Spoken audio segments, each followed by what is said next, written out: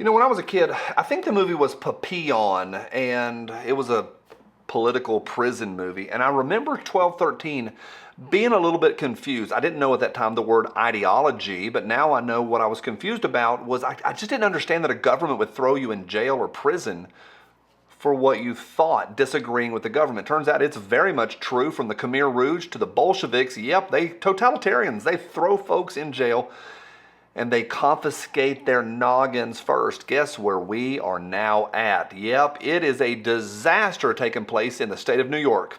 Buckle up, here we go.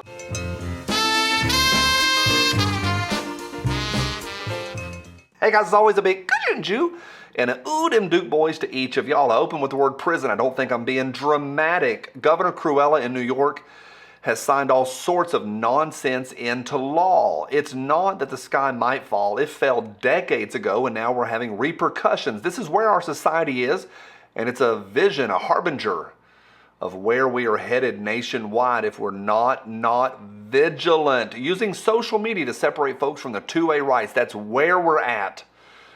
Using political ideology as a weapon. Yeah, you can't disagree with the Fed anymore. You can't disagree with the left anymore. They'll get you. Yeah, let's talk about that. This mess is brought to you by GetAcreGold.com. Check them out. Links down below. Gold's been all over the place as far as prices lately, but now with $30 a month, you can subscribe, and every month your gold stash grows, and when it reaches the threshold, they discreetly send a gold bar to your door. Acre Gold comes to your house. They also have a new plan for $100 a month to subscribe to a 5-gram gold bar. It's Get Acre Gold. Diversify your portfolio. I know a lot of y'all use them.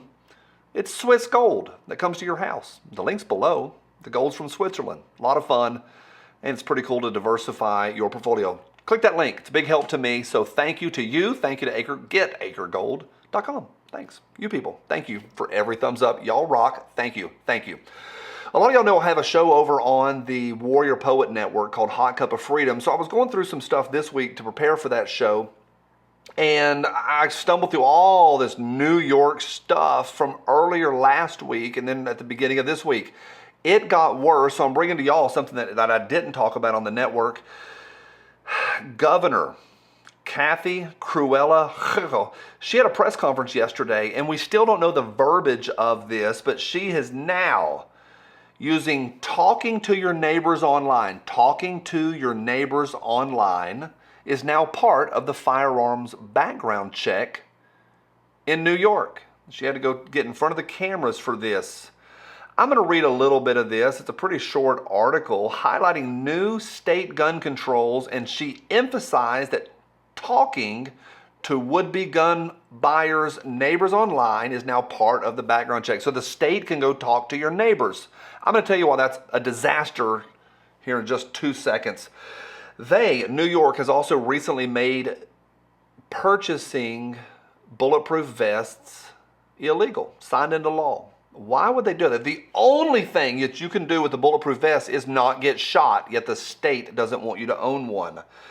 Kathy says with this one, she wants to disrupt the iron pipeline. She's a moron. That should be called the aircraft-grade aluminum pipeline, 'cause that's what most firearms these days are made out of. But what do I know? She says this: the threat of making mass harm is now a crime. Already was a crime to threaten people, but what do I know? She also noted that that state law right now bans the sale of AR-15 to those under 21. I don't think you should be able to purchase them at all, but we have court cases that say otherwise. Now, what she's doing here is she's adding this to the background checks. We don't know how this is going to flesh out. We don't know yet, but the idea is the state, can go and talk to your neighbors to find out if you are qualified or should be allowed to own whatever you want and exercise your constitutional freedoms. Will this hold up in court? Doubt it. She then discussed social media, saying, quote, "I've called upon and am working closely with our Attorney General to identify what's going on in social media. And those questions are now part of our background checks. Just like in the old days, you could talk to someone's neighbor. Now you can talk to their neighbors online to find out whether or not this person has been espousing philosophies that indicate they have been radicalized.